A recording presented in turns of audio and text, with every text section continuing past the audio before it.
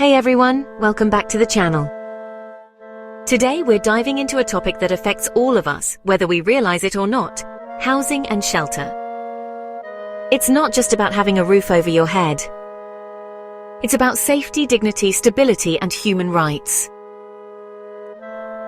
The Universal Declaration of Human Rights states that everyone has the right to a standard of living adequate for health and well-being, including food, clothing, housing, and medical care. Yet millions of people around the world, and even in the wealthiest countries, lack safe and secure shelter.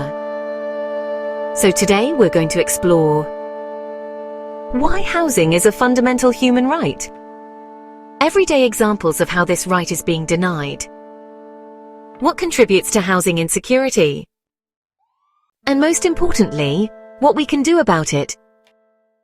Let's start with the basics. What does it mean to say housing is a human right? It means that every person should have access to a safe, secure, habitable, and affordable place to live, regardless of their income, social status, or background. It's not just about ownership, renting, co-living, social housing. All of these fall under the umbrella of shelter. Imagine this. You finish work, pick up your kids, go home and rest in your own space, without fear of being evicted tomorrow, without toxic mold making you sick, without having to choose between rent and groceries. That's what the right to housing is about. Stability, safety, health.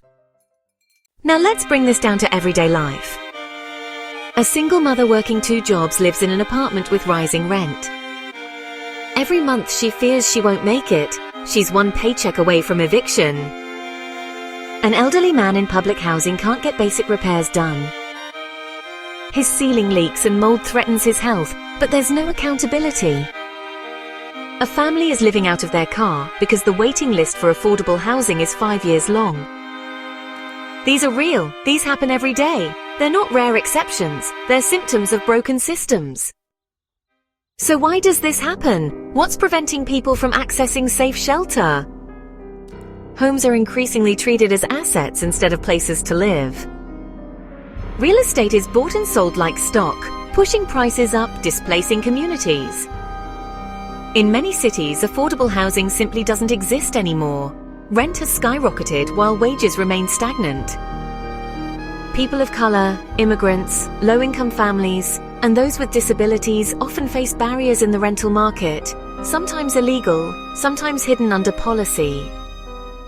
In some areas, tenants can be evicted with little notice or reason. Without legal aid, people have no power to fight back. Instead of solving homelessness, some cities are punishing it, making it illegal to sleep in public, even though there's nowhere else to go. The problems are big, but they're not unsolvable. Here's what can make a difference. Governments and communities need to invest in public and non-profit housing, built for people, not profit. Fair eviction laws, rent control, and access to legal support can prevent families from losing their homes overnight. Studies show that giving people stable housing first, before trying to solve addiction or unemployment, leads to better outcomes. Housing first, not housing later.